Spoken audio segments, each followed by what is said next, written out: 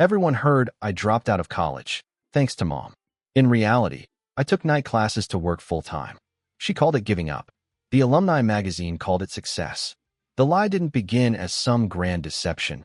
It started small, the way most lies do. Just a tiny misunderstanding that no one cared enough to fix, mostly because the truth was messier than anyone wanted to deal with. My name's Evan. I'm 28 now, and for the past 6 years, my mom's been telling everyone that I dropped out of college. Not because that's what actually happened, but because she never really asked, and after a while, I stopped trying to explain. It all began back in my sophomore year. I was attending a state university, studying pre-med, living in the dorms, and pretty much doing everything by the book. My parents were footing the tuition bill, my grades were decent, and life seemed to be following the path they'd always pictured for me. Then my dad lost his job. It wasn't his fault. The company downsized, and he got let go with a couple months of severance and a polite handshake. Overnight, our finances went from comfortable to shaky. I still remember that night vividly. Dad sitting at the kitchen table, Mom standing behind him with her hand resting on his shoulder, both of them looking completely drained. "We need to talk about school," Dad said. "I know you're doing well, and we're proud of you. But with my situation, we need to make some adjustments." I jumped in right away. "I can get a job," I told him. "I'll work part-time, help cover some costs." But Dad shook his head. "It's more than that," he said. "We can't afford out-of-state tuition anymore. Even in-state is a stretch right now." Mom added gently, "We're not asking you to quit, sweetheart. Maybe just take a semester off. Let us get back on our feet." But I could see it written all over their faces. A semester would turn into a year, and a year would turn into who knows what. Once you step away, it's tough to start again. That's just how it goes. "What if I transferred?" I asked. "Found something cheaper? Maybe a community college while I work?" They looked relieved, like I'd just solved the problem for them. "That could work," Mom said. "Just temporarily, until things get better." So that's what I did. I withdrew from state, enrolled in a local community college, and picked up a full-time night shift at a warehouse, 40 hours a week, 11 p.m. to 7 a.m. I'd sleep during the day, go to classes in the evening, and study whenever I could find a spare moment. It wasn't the picture-perfect college life everyone imagines. No dorm parties, no campus clubs, no study groups in the library. Just a steady grind of work, class, and sleep. I didn't tell my parents about the night shift at first. I didn't want them worrying, or, worse, feeling guilty. I just said I was working part-time and taking some classes.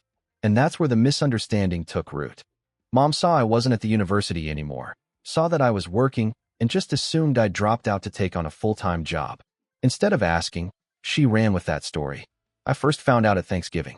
I'd just come home from a night shift, dead tired, ready to grab a few hours of sleep before class. I walked in and saw my Aunt Linda sitting at the kitchen table. "Evan," she said, jumping up to hug me. "Your mom told me you're taking a break from school. That must have been a tough decision." I looked over at Mom. She was suddenly very busy stirring her coffee. "I'm not taking a break," I said. "I'm still in school. I just transferred to community college." Aunt Linda frowned. "Oh, but your mom said you decided college wasn't for you right now." "No," I told her. "I literally have class tonight." Mom finally looked up and said, "Well, community college isn't the same thing as real college, Evan. It's more like vocational training. It's still college, Mom. I'm working toward my degree." "If you say so, honey," she said. And that was my first clue something was off. I was too exhausted to argue, so I let it go. But over the next few months, I started noticing a pattern. Family gatherings, casual run-ins at the store, neighbors asking questions with the same sympathetic tone. "So, taking some time off from school," they'd say. "Your mom mentioned you're working now instead of studying." Sometimes the traditional route just isn't for everyone. Every time, I'd correct them. "No, I'm still in school, just working and studying at the same time." And every time, I'd get that same puzzled look, like I was rewriting a story they already knew by heart. After Christmas, I finally confronted Mom. "Why does everyone think I dropped out?" I asked. "I never said you did," she said quickly. "Then why does everyone think that?" "I just said you weren't at state anymore. People make their own assumptions." "But you're not correcting them," I pressed. She got defensive. "I'm not going to explain your whole situation to everyone who asks. It's complicated. It's easier to just say you're taking a different path." A different path sounds like code for failure, I said. That's not what I meant, she replied, but I could tell it kind of was. Or at least, that's what she was comfortable letting people believe. See, Mom had built a whole image around me becoming a doctor. Back when I got into pre-med, she showed off my acceptance letters, bragged to every relative and friend. My education had become part of her identity. So when I transferred to community college and started working nights, it didn't fit the story she'd been telling. Instead of updating it, she just let it fade away. Let people assume I'd quit, that I wasn't cut out for it, that I'd become one of those kids who couldn't handle college life. It was easier than admitting things had gotten tough. Easier than facing the fact that her son was grinding through warehouse shifts while still chasing a degree. The thing is, I wasn't ashamed. Yeah, the night shift was rough, but I was proud of myself. Proud that I'd found a way to keep moving forward without putting more strain on my parents. Proud that I was learning how to work hard and manage life on my own terms. But Mom seemed embarrassed by it, like my reality somehow reflected badly on her. One night, I asked Dad straight up, "Does it bother you that I'm not at State anymore?" He shook his head and said, "Of course not. I'm proud of you for figuring it out. Most people wouldn't handle it as well as you have. Maybe you could tell Mom that." I said to Dad, half joking, half dead serious. "Because she keeps telling people I dropped out." He just sighed. "Your mother has this idea of how things are supposed to go. And when real life doesn't fit that picture, she has a hard time with it." "So I'm just supposed to let her lie about me?" I asked. "It's not lying, exactly," he said carefully. "More like selective truth-telling." I stared at him. "That's literally lying, Dad." He didn't have an answer for that, and I didn't push it. After that, I stopped bothering to correct anyone. If folks thought I dropped out, fine. If they assumed I'd given up, whatever. I was too drained from juggling work and classes to care what my mom's book club thought about me. 2 years later, I finished my associate degree, working full-time the entire time, and transferred into a state university that offered an evening program for working adults. I kept my night shift job. Same warehouse, same hours. It became part of my rhythm. When I finally earned my bachelor's degree, Mom and Dad came to the ceremony. I saw them in the crowd, clapping as I crossed the stage. Afterward, one of Mom's friends, Diane, came up to her. "You must be so proud," she said. "I thought Evan had given up on school." Mom laughed and said, "Oh no, he just took an unconventional path, but he got there eventually." Eventually. Like it had taken me longer than it should have. Like I'd wandered off somewhere and finally found my way back. But the truth was, I graduated right on schedule, 4 years after leaving State. I'd just taken a different route to get there. To her, though, those years didn't count the same. Community college, night classes, warehouse shifts, they didn't fit her definition of success. After graduation, I landed a job as a research assistant at a pharmaceutical company. Entry level, but solid pay and good benefits. I got my own apartment, started sleeping normal hours, and for the first time in years, I felt like an actual adult. That's when Mom's narrative shifted. Now I was finally getting serious about life. As if the 4 years I'd spent working full-time while earning my degree had been some extended period of immaturity. I built a life, made friends, dated, kept pushing forward. Whenever Mom talked about me, it was always with that same qualifier. "Evan's doing great now. Took him a while to find his path, but he's figuring it out." I stopped correcting her. What was the point? Then I decided to go back to school, not because I had to, but because I wanted to. I got into a master's program in biochemistry, taking evening classes again while working full-time. This time, it wasn't about necessity, it was about growth. I didn't tell my parents right away. I didn't want to deal with Mom's comments about still being in school at your age, or whatever spin she'd put on it. 2 years later, I finished the program and got promoted to senior researcher. That Sunday at dinner, I mentioned it casually. "Got some good news," I said. "I finished my master's and got promoted." Dad looked surprised, but proud. "Master's? When did you start that?" 2 years ago, I said. "Evening program." Mom's face went through about 5 emotions at once. Happiness, confusion, maybe even annoyance. "You've been in graduate school for 2 years and didn't tell us." "You never asked what I was doing in the evenings," I said. "Well, I assumed you were living your life. Dating, hobbies, normal things." I told her. "And I was getting a master's degree." She paused, then frowned. "Is that why you couldn't make it to Aunt Linda's retirement party last year? Because of class?" Yes, I said. You told us you had work obligations. Class is a work obligation when it's career-related. She didn't say anything for a while. Dad broke the silence. Congratulations, son. That's a big deal. Masters while working full-time? That's impressive. Thanks, Dad. Mom recovered a bit and said, yes, of course, congratulations. I just wish you'd told us. We would have celebrated. Would they, though? Or would Mom have found a way to make it sound like I'd taken too long, or that someone else's kid had done it faster? I wasn't sure anymore. After that, I started keeping things to myself. When my first research paper got published, I didn't mention it. When I got another promotion, I slipped it casually into conversation weeks later. When I was invited to speak at a conference, I didn't even bring it up. It just wasn't worth the weird mix of pride and disappointment Mom managed to project every time. My girlfriend at the time, Jasmine, called it out one night. Your mom can't just be proud of you, she said. She has to reshape your story so it still fits her version of you. That's harsh, I said. Is it wrong? She asked. It wasn't. Jasmine and I didn't last, but that thought stuck with me. I realized I'd been downplaying my own success just to keep my mom comfortable. 3 years after finishing my master's, I got recruited by a larger pharmaceutical company. Better pay, more responsibility, leading my own research team. At 28, I was doing well, objectively, undeniably well. One Thursday, Mom's book club met at her house. I stopped by to drop off Dad's blood pressure meds he'd forgotten at the pharmacy. The living room was packed, women in their 50s and 60s, wine glasses in hand, chatting about some popular novel. Oh, Evan, Mom said, looking flustered. Ladies, this is my son. A few polite hellos, then one woman, Janet smiled at me. Oh, you're the one who took a break from college, right? How's that going? I looked at Mom. She wouldn't meet my eyes. I didn't take a break, I said evenly. I finished my bachelor's 6 years ago and my master's 3 years ago. I'm a senior research scientist at Morrison Pharmaceuticals. The room fell silent. Janet blinked. Oh, I thought. Well, Linda said you decided college wasn't for you. Linda was wrong, I said.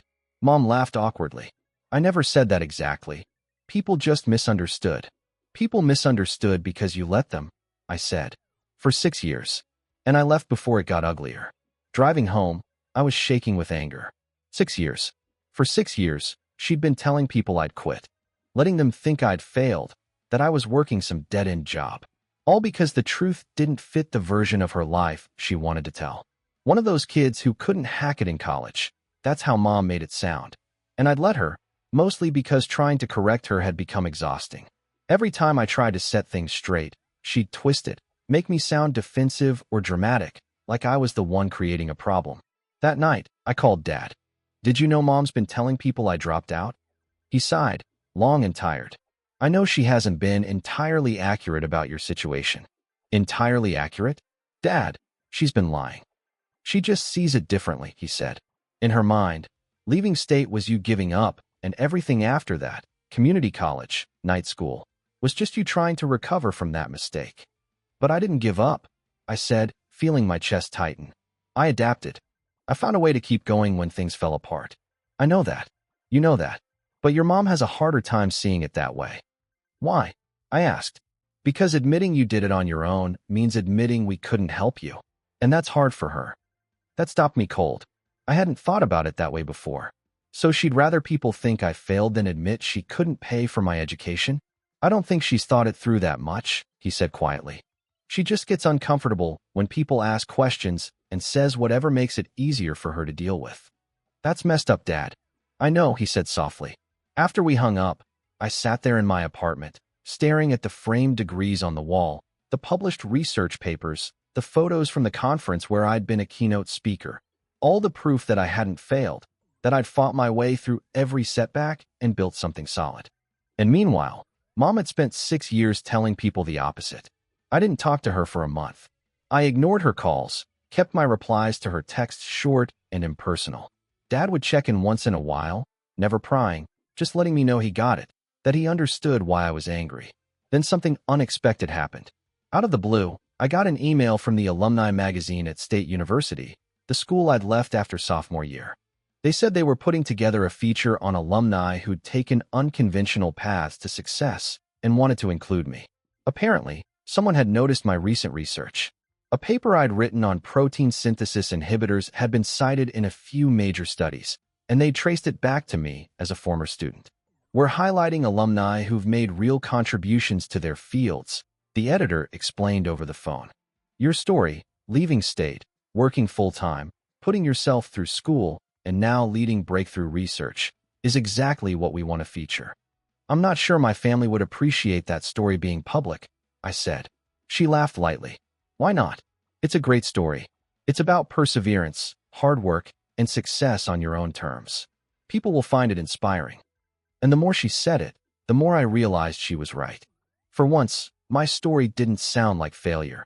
It sounded like something worth celebrating. Okay, I said finally. Let's do it. The interview was thorough. They asked everything, from why I left state to how I managed night shifts and classes, to the research I was leading now. They even sent a photographer to the lab in my apartment for shots. Before they wrapped up, the editor told me, "This will be our spring cover story. We're really excited about it." I didn't tell my parents. Not yet. The only person who knew was my girlfriend, Emma, who'd been with me for about a year. When I showed her the draft, she smirked. "Your mom's going to lose her mind." "Good," I said. "Maybe she'll finally stop telling people I dropped out." Emma raised an eyebrow. "Or she'll find a way to make it about her." She wasn't wrong. The magazine came out in March. There I was on the glossy cover, me in a lab coat, headline reading, "Asterisk from night shift to breakthrough. How Evan Carter built a research career on his own terms." Asterisk, the article was 4 pages long, covering everything. My background, the financial struggles, the years of juggling work and study, my current projects, and quotes from my department head calling me one of the most dedicated and innovative researchers he'd ever worked with. It was everything Mom's version of my story wasn't. A story about persistence, independence, and pride in the struggle. I got my copy in the mail on a Tuesday. Read it 3 times straight, still in disbelief that it was about me. Then I posted a picture of the cover on Instagram with a simple caption, "Asterisk honored to be featured."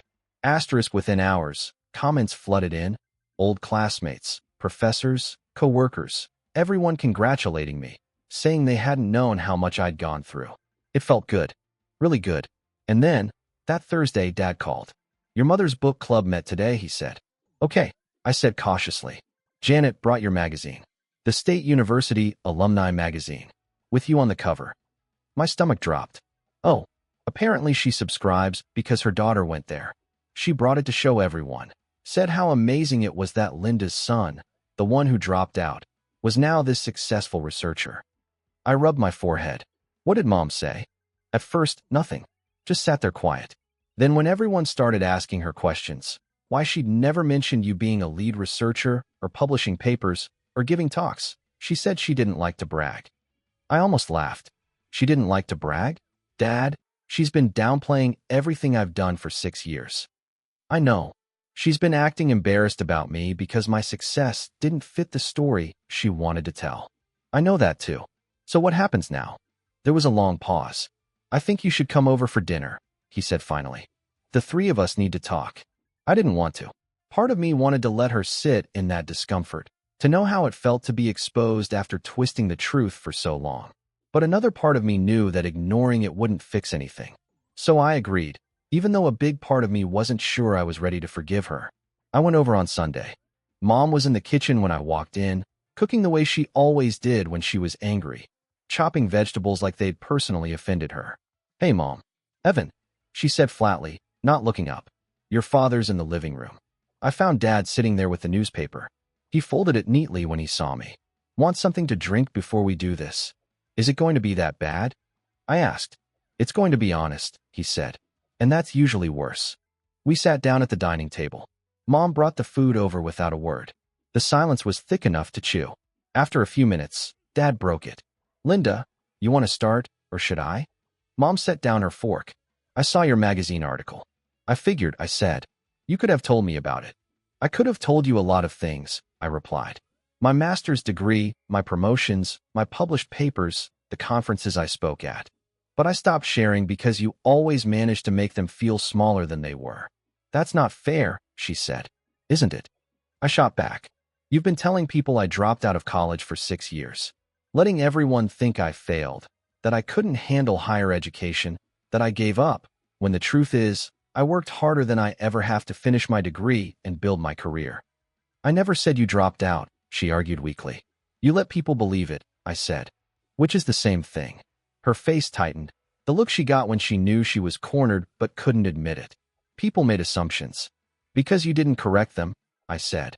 Because it was easier to let them think I failed than to tell them the truth, that we couldn't afford state anymore and that I found a way to handle it myself. That hit her. I saw it in her eyes. That's what this was really about, wasn't it? I continued. You were embarrassed that we couldn't afford for me to stay at state. Embarrassed that your son had to work nights at a warehouse and go to community college. Embarrassed that your perfect story didn't match reality. So instead of being proud that I adapted, you let everyone think I quit. I was proud of you, she whispered. Then why didn't you say it? Why didn't you defend me when people pitted me? Why didn't you tell them I graduated with honors? Or that I got into a competitive grad program? Or that I was leading research projects? She didn't answer. Tears welled up, and her jaw trembled. Dad stepped in softly. Linda, he's right. You've been carrying shame about our finances and letting it distort how you tell his story. But what he did isn't shameful. It's something to be proud of. I know, she said through tears. I do know that. When people asked, I didn't know how to explain it. It felt complicated. And the more time that passed, the harder it was to correct the misunderstanding. So you let it become who I was, I said. The son who couldn't hack college. The disappointment. The one who took the easy way out. You didn't take the easy route, she said quickly. What you did was harder. I know it was harder, I said. I lived it. For 6 years, I worked, studied, and pushed myself until I got here. And you minimized it because it didn't fit your idea of success. She started to cry openly now. I'm sorry. I didn't realize how much that was hurting you. How could you not? I said quietly. Every time I tried to explain, you'd change the subject or wave me off. I thought you didn't care what people thought, she said. I didn't care what they thought, I said. I cared what you thought. The table fell silent, broken only by her quiet sobs. Dad reached out, resting a hand on her shoulder. Finally, she looked at me through red, watery eyes. I'm proud of you, Evan, she said. I should have said it more. I should have said it at all. You did something incredible, and instead of celebrating it, I hid it. I'm sorry. It wasn't enough, not yet, but it was something. So what now? I asked. She took a breath. Now I tell people the truth. About all of it. About what you accomplished. About how wrong I was. And if they ask why you never told them before, I'll tell them I was wrong, she said. That I cared more about appearances than about supporting my son. We sat there, food untouched, the weight of 6 years pressing down on us. I'm not going to just forget this, I said. It'll take time. I understand, she said softly. And I need you to actually see me, I told her. Not the version you wish I was, the real me. The researcher, the scientist, the man who worked hard to make it happen. I will, she said. I promise I will. Whether she would or not, I didn't know. But for the first time in 6 years, I felt like she was actually hearing me. Change didn't happen overnight. Mom didn't wake up the next day a completely different person. But little by little, things started to shift. A week later, she called. I talked to Janet, she said. Told her I was wrong about how I described your situation. Told her you didn't drop out. That you worked incredibly hard to finish school while supporting yourself. How'd she take it? I asked. She was surprised, Mom said. Asked why I'd let everyone think otherwise. I told her I was embarrassed about our finances and projected it onto you. That must have been hard to admit. It was, she said, but it needed to be said. Over the next few months, Dad would mention how Mom had corrected someone else, a neighbor, a cousin, even her hairdresser. Slowly, she started dismantling the old story she'd built, and she began asking about my work. Not small talk, but real questions. What I was researching, what it meant if I enjoyed it. It felt like she was actually trying to understand who I'd become. One Sunday, she asked, tell me about that protein synthesis paper, the one that got cited so much. So I explained it as simply as I could, and she listened. Really listened. Asked follow-ups that showed she wasn't just being polite. For the first time in years, I felt like I was finally meeting her halfway, and she was finally seeing me for who I really was. When I finished explaining, Mom looked down at her hands and said softly, I'm sorry I never asked before. I should have been curious about your work. Should have wanted to know what you were doing and accomplishing. Why weren't you? I asked. She took a long pause, eyes distant, like she was sorting through years of stubborn thoughts. I think part of me was stuck on the version of your life I'd always pictured, she said. Pre-med at state, medical school, becoming a doctor. When that didn't happen the way I imagined, I couldn't adjust. I couldn't see that you'd found another path, one that was just as meaningful. More meaningful to me. I said, I don't think I ever would have been happy as a doctor. Are you happy now? She asked. I thought about my lab, my team, the long nights that felt worth it because I loved what I was doing. Yeah, I said. I really am. She smiled, an honest, relieved smile. Then I'm happy too. After that, things started to change for real. The Alumni magazine article kept circulating, and the response was overwhelming. Old professors, classmates, colleagues I hadn't spoken to in years reached out to congratulate me. My company even used the article in their recruiting materials. This is the kind of innovative thinking we value, my boss told me. Non-traditional paths. People who've proven they can handle adversity. A few months later, I got an invitation from State University to speak at their upcoming graduation ceremony. They wanted me to share my story with students who might be struggling or taking the long way around like I had. Standing on that stage, looking out over hundreds of caps and gowns, I told them about leaving state, about the warehouse, the night shifts, the community college classes squeezed in between exhaustion and responsibility. Success doesn't always look like you think it will, I said. Sometimes it looks like working overnight, sleeping through alarms, and wondering if you can keep going. But if you can find value in your own journey, even when others don't see it, that's what matters. Mom and Dad were in the audience, sitting together near the front. Emma was there too, smiling up at me. Afterward, Mom hugged me tightly. I'm so proud of you, she said, tears in her eyes. And I'm sorry it took me so long to say it the way you deserved. I know, Mom, I said. No, she insisted. I need you to really hear this. What you did, working full-time, finishing school, building this career, that's extraordinary. I should have been shouting it from the rooftops instead of hiding it. You're telling people now? I said gently. That's what matters. She pulled back and looked at me. Can I make a request? What's that? Next time you accomplish something, big or small, tell me. Even if you think I won't understand or might react the wrong way, just give me the chance to try. I smiled. Okay, I can do that. 3 months later, I proposed to Emma. We'd been together for 2 years, living together for 1, and it felt right. I told my parents over dinner. Mom's face lit up, pure, unfiltered joy, and then she did something I didn't expect. She grabbed her phone, snapped a picture of Emma and me, and said, I'm putting this in the family album, and I'm posting it on Facebook, because this is something worth celebrating. She typed out the caption right in front of us. Asterisk thrilled to announce my son Evan, lead researcher and published scientist, is engaged to the wonderful Emma. So proud of the life he's built and the person he's become. Asterisk no qualifiers. No finally, or after a long road. Just pride, plain and simple. She hit post, then showed me the screen. Is this okay? It's perfect, Mom. Comments started pouring in. Congratulations, surprise at my job title, friends and relatives saying they hadn't known what I'd been up to. A few of Mom's book club friends commented. Asterisk we had no idea Evan was so accomplished. Asterisk and Mom replied to each one. No excuses this time. Asterisk I didn't talk about it enough before. Evan's done amazing things, and I'm making up for lost time celebrating him. Asterisk Emma squeezed my hand under the table. Your mom's really trying, she whispered. Yeah, I said. She really is. A week later, I stopped by my parents' place to drop off some papers for Dad and found Mom in the living room surrounded by open photo albums. What are you doing? I asked. Making a new album, she said. For you. All the things I should have been documenting, but didn't. She showed me pages she'd been working on, printouts of articles about my research, a copy of my master's degree, programs from conferences, even the Alumni magazine cover. I can't go back and take pictures of your graduations or your first day at work, she said. But I can make sure that from now on, I'm keeping track of your real story. I sat beside her. You don't have to do this. Yes, I do, she said. For 6 years, I erased your story. Now it's time to start telling it right. We worked on the album together for hours. She asked questions about every milestone, took notes, wanted to understand the timeline of my career. It was strangely healing, like rebuilding something we'd both neglected.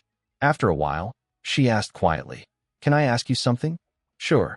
"When you were working nights and going to school, were there times you wanted to quit?" "All the time," I said. "Especially that first year. I was exhausted constantly. Felt like I was failing at everything." "Why didn't you tell us?" she asked. "Tell me." "Because you'd already decided I'd given up," I said. "What was the point of telling you I was struggling if you thought I wasn't even trying?" She nodded, eyes glistening. "I'm sorry I wasn't there when things were hard. I should have asked. Should have checked in." "You're asking now," I said. "That counts for something." The album became our shared project over the next few months. She'd call with questions, send old photos she'd found, ask for explanations about my research so she could write captions that made sense. It was like she was making up for years of silence by paying attention to every detail now. When it was finished, she brought it to a family dinner, handed it around the table, full of pictures, articles, and certificates. Then she stood and said clearly, "I need to make something right." For years, I let people believe Evan had dropped out of college, that he'd given up on education, Mom said, her voice shaking but steady enough to carry through the room. That was wrong, and I was wrong to let people believe it. The truth is, my son worked harder than anyone I know to finish his degree while supporting himself. He earned his master's, published research papers, and now he's a lead scientist doing work that makes a real difference. And I'm sorry I never told any of you that before. The room went still. For a moment, no one spoke. Then my Aunt Linda, the same one who'd asked years ago if I was taking a break from school, started clapping. One by one, others joined in until the whole room was applauding. Mom waited for the noise to fade, then smiled through tears. "I'm proud of my son," she said. "Not because he finally got his act together, or because he eventually figured life out. I'm proud of him for being exactly who he's always been, hardworking, determined, and brilliant, even when I couldn't see it." I wasn't expecting to get emotional, but I did. Because that was what I'd needed 6 years ago. Not just acknowledgement, but pride. Not just acceptance, but celebration. After dinner, while everyone was saying their goodbyes, Janet from Mom's book club came over to me. "Your mother talks about you so differently now," she said. "Yeah?" "She used to change the subject when anyone asked about you. Now she brings you up herself. She tells everyone about your research. It's nice to see. It's nice to experience," I said honestly. 6 months later, Emma and I got married. It was a small ceremony, just family and close friends. During the reception, Mom stood up to give a speech. "When Evan was in college," she began, and I braced myself, unsure which version of the story she'd tell this time. "He faced challenges that would have made most people quit: financial struggles, overnight shifts, endless exhaustion. But he didn't just survive it. He thrived. He graduated with honors, earned his master's while working full-time, and became a researcher whose work saves lives." She turned to look at me, eyes glassy but warm. For a long time, I couldn't see that. I was so focused on the path I'd imagined for him that I didn't appreciate the one he was actually on. But his path turned out to be better, more real, more earned. She lifted her glass. "To Evan, who succeeded despite every obstacle, including me. And to Emma, who's always seen him exactly as he is, which is extraordinary." The crowd cheered, glasses clinking, and Emma wiped away tears of joy. Dad was grinning ear to ear. And in that moment, I realized the story had finally been rewritten, not just in words, but in the way people understood it. For years, I'd felt invisible, erased, misunderstood. But sometimes, the truth doesn't disappear. It just takes a little longer to be seen.